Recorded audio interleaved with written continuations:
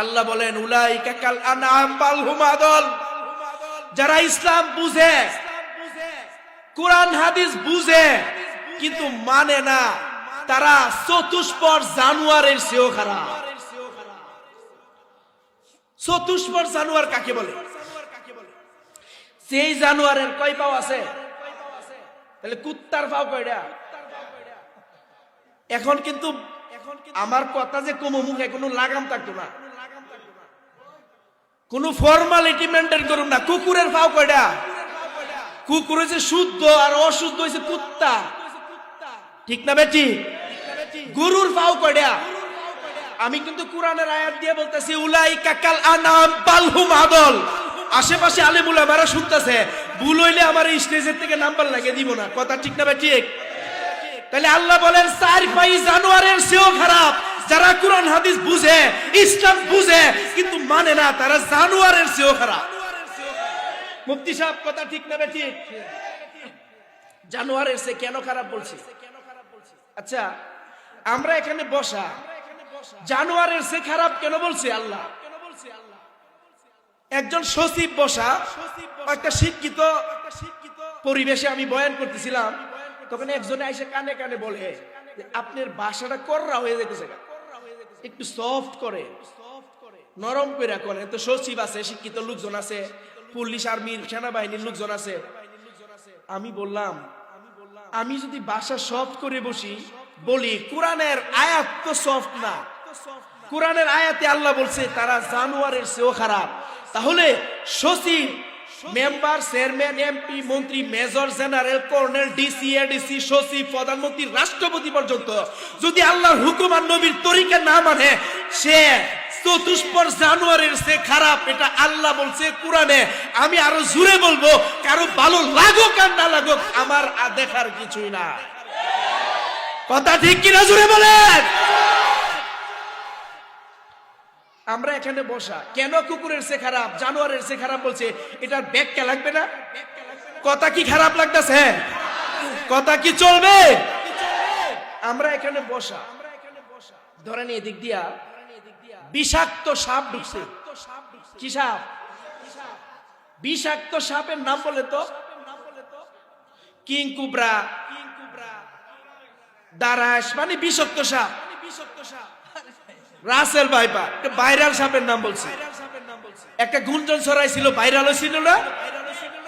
ধরেন Russell viper অথবা যে কোনো বিষাক্ত সাপ এদিক দিয়ে ঢুকছে, অথবা এই দিক দিয়ে ঢুকছে। আপনারা যারা আছে সবাই বসে থাকবেন তো, আগে দৌড়টা কিন্তু আমি দিব।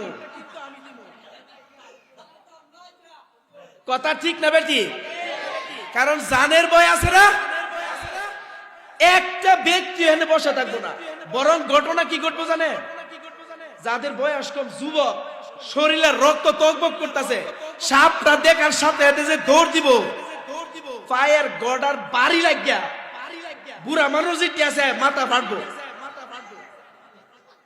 নাকি? ভুল বলছি?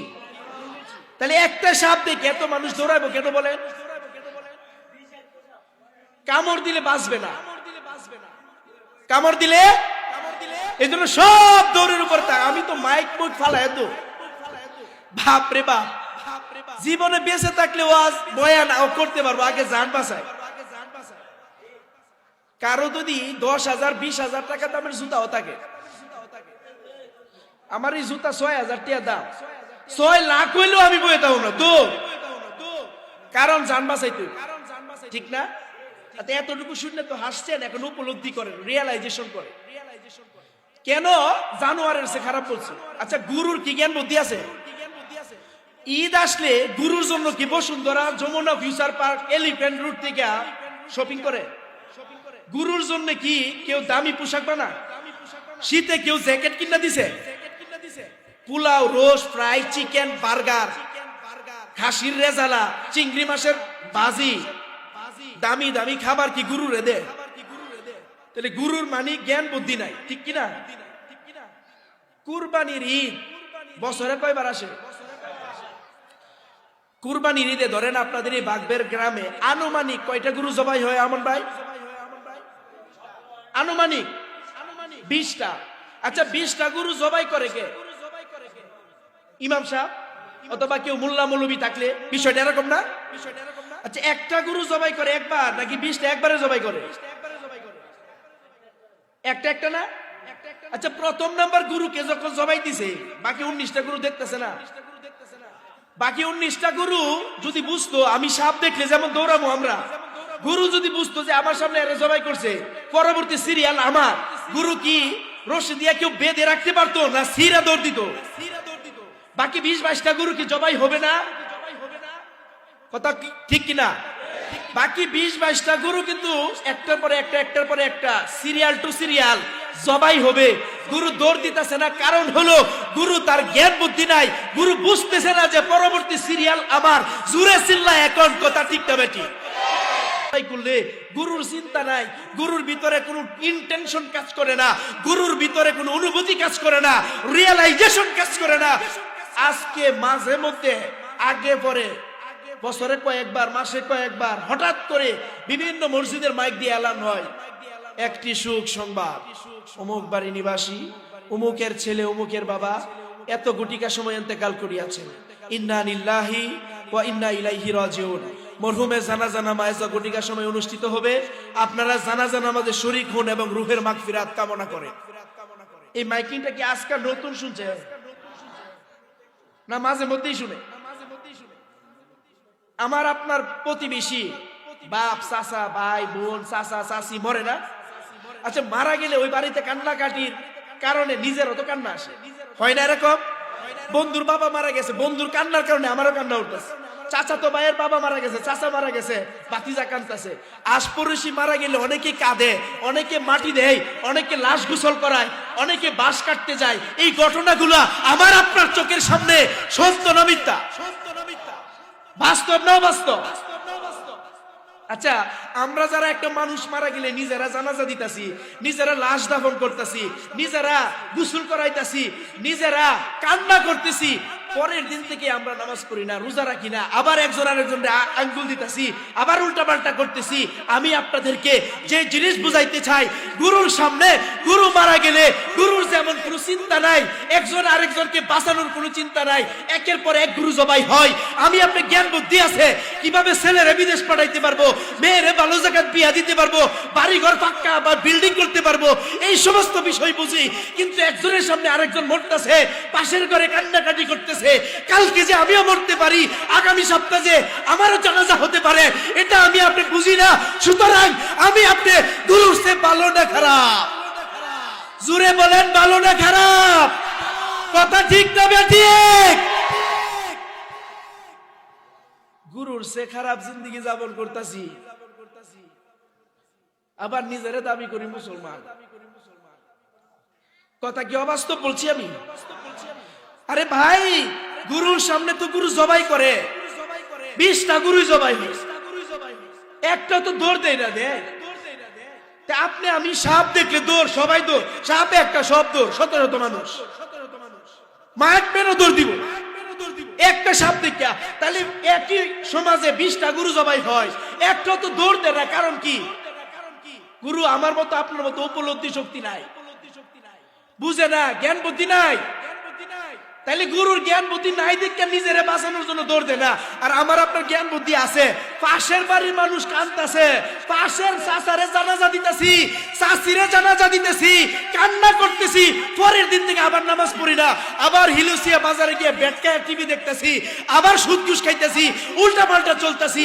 সুতরাং আমরা গুরুর সে ভালো না খারাপ? এখন ব্যাখ্যা কি বুঝছেন? আল্লাহ কেন বলছে গুরুর সে খারাপ, জানোয়ারের সে খারাপ? এখন কি কারো কোনো দ্বিমত আছে? কথা বলো খারাপ লাগতেছে? চলবো? আমি আবার ওয়াস্টস দিয়া রসকস লাগায় কথা বলতে পারি না, কথা হইব ডাইরেক্ট। 1-2টা লোক যদি নামাজ পড়ে তাহলে আমি যে ঢাকা থেকে আসছি আশাটা সার্থক। কি ভাই কথা ঠিক কিনা? সুরের বক্তার অভাব নাই বাংলাদেশে, এত বক্তা হইছে, যে পরিমাণ বয়ান বাংলাদেশ ওয়াজ মাহফিল হয় এই পরিমাণ নামাজি হইতেছে না। কারণ কি জানে? কারণ হইছে ওয়াজ মাহফিলের জন্য যে টাকা উঠায় টাকা কইতে উড়া। আজকে আসল কথা কম, খুশি ওনার বেজার, ওয়াজ মাহফিলের জন্য মাইক বাজারে গিয়ে কালেকশন করে, বেনামাজিও টাকা দে, নামাজিও টাকা দে, সুদ করে টাকা দে, ঘুষ করে টাকা দে, ভালো মানছেও দে, খারাপ মানছেও দে, সব টাকা মিক্স করতেছে, ঠিক কিনা? আচ্ছা, মাহফিল কমিটির চিন্তা কি? বড় বক্তা আনতে হইব, হাফিজুর রহমান সিদ্দিকী, মিজানুর রহমান আজহারি, বড় বক্তা আনতে হইব, হেলিকপ্টার দিয়ে আইব, এলাকার সুনাম হইব, অমুক এলাকার যুবকেরা বড় মাহফিল করছে, তাহলে নিয়তের মধ্যে হবে যা। টাকা তো একসাথে করতেছে, ধরেন আপনার ওয়াইফ, আপনার স্ত্রী বোতল দিয়ে দিছে তেল আনবার লাগা, এখন বলে দিছে, আগে তো ওই যে কি কপি বাতি জ্বালাইতো, কি তেল লাগতো, কেরোসিন। এই কেরোসিনের যুগে আমি আপনার এলাকায় ইমামতি করে দিছি। কারেন্ট আসিল না, আসিল যেই সময় কারেন্ট আসিল না, 1.5 যুগ হয়ে গেছে ইমামতি করে গেছে। ওই কেরোসিন, সয়াবিন তেল, নারিকেল তেল, সরিষার তেল বোতল দিছে কয়টা? 1 বোতল। সেও চিন্তা করছে, আচ্ছা বলছে তো, এখন হিলুসিয়া বাজারে গিয়ে সব 1 বোতলে বসছে, রান্না করলে মজা লাগবে না? সেই সাথ খুব মজা লাগবে, কুপি বাতি জ্বালানো যাবে, গোসল করে নারিকেল তেল মাথায় দেওয়া যাবে, একটা হইব না। কারণ কি? সব একটার ভিতরে ঢুকাইছে। আজকে ওয়াজ মাহফিলের টাকা সুদ করে দেয়, ঘুষ করে দেয়, নামাজিও দেয়, বেনামাজিও দেয়, ভালো মানুষও দেয় বা খারাপ মানুষও দেয়, সব একসাথে হওয়ার কারণে এই আলোচনার মধ্যে বক্তাও চিন্তা করে যে আমাকে প্রধান বক্তা দিছে, সুন্দর সুর না দিতে পারলে দ্বিতীয় বছর দাওয়াত দিব না। বক্তার নিয়ত বেজাল, কমিটির নিয়ত বেজাল, টাকা উড়াইছে ভ্যারাইটিস পাঁচমিশালি, সব মিলাইয়া বয়ান সারা রাত শুনে কিন্তু ফজরের নামাজ পড়ে না। ঠিক কিনা বলে? সুরে কোন ঠিক না বেঠিক? এই কথা বক্তারা শুনলে তো পছন্দ হতো না আমার। সর্বনাশ, আমাদের বাপ নষ্ট করতেছে। কি কথা ঠিক না বেঠিক? এখন কথা হলো হেদায়েত কোন দলের মধ্যে আছে? অনেকে বলে এই হুজুরেকে বলে এই কথা, আরেক হুজুরে বলে সেই কথা, আমরা কোথায় যাব? বলে না, বলে না? দলের তো অভাব নাই। দল যদি একটা থাকতো, ইসলামী দল, ওই যে এমপি প্রার্থী বর্তমানে নির্বাচন চলতেছে, ইসলামী দল কয়টা? আরে ইসলামী দল কয়টা দাঁড়াইছে? 12-13টা, নিচে না? জামাত ইসলাম, চরমুনাই, হেফাজতে ইসলাম, খেলাফতে মজলিস, আরো অনেকগুলো আছে, নাম নাই বলি। তাহলে দল এত কেন? রসুল বলছে আমার উম্মত 73 দলে বিভক্ত হইব, জান্নাতে কয়টা যাবে? জান্নাতে একটা যাইব। যেই 10-12টা দল নির্বাচন করতেছে, তারা কি এই কথা, রসুলের এই কথা জানে না? এখন কথা কইলে কিন্তু সেরা বেড়া লাগবে, যাইতাম না ওইদিকে। কথা ঠিক না বেটি? রসুল বলছে 73টার মধ্যে একটা জান্নাতে যাইব, 72টা জাহান্নামে যাইব। এই কথা কি সমস্ত ইসলামী দল যারা ইসলামের সাইনবোর্ড লিখছে, যারা ইসলামের লেভেল লাগায় কাজ করতেছে, সবাই জানে কি জানে না? সিগন্যাল দিতে নাইছেন নাকি? আজকে কোনো সিগন্যাল বিগলে চলবো না। যুবক ভাইরা ঠিক না বেটে? কিছুদিন আগে এক মাহফিল লেগেছি, প্রধান বক্তারে বসায় রেখে 1 ঘন্টা আলোচনা করছে। মানুষ সব দাঁড়ায় গেছে, তো আরো চলো। বক্তা তো মানুষের উপরে কিছু বলতে পারবে না। ধন্যবাদ আপনাদের আন্তরিকতায়, আপনাদেরকে মুবারকবাদ। যেই কথা বলতেছিলাম, কোন কথাই ছিলাম আমরা? তাহলে দল এতগুলো কেন ভাই? বাজারে স্বর্ণের কালারের, সোনাল কালারের আরেকটা জিনিস বিক্রি হয়, চকচকে, নাম বলেন কি? সিটি গোল্ড, ইমিটেশন, ঠিক না বেটি? আচ্ছা, স্বর্ণের মতো দেখতে, আসলে কি স্বর্ণ? এখন স্বর্ণ না সিটি গোল্ড চিনবেন কিভাবে? কি করো? কোষ্টি পাথরে গোসা দেও। কথা ঠিক না বেটি? ইসলামী দল 12টা না 12,000 থাকতে পারে। কোন দল আসল ইসলাম? কোন দলে থাকলে এক দলে থেকে জান্নাতে যাওয়া যাবে। তুমি আল্লাহর রাসূলের সুন্নাত আর কোরআন দিয়া কষ্টি পাথর দিয়ে ঘষা দাও, আর তুমি বুঝতে পারবা যদি ইসলামের বুঝ থাকে কোনটা সঠিক আর কোনটা বেঠিক। ঠিক না বেঠিক? দলের তো অভাব নাই, কোরআন হাদিসের কষ্টি পাথর দিয়ে ঘষা দাও, সঠিক আর বেঠিক তোমার চোখে তোমার মাথায় ধরা পড়বে। নাকি ভুল বললাম?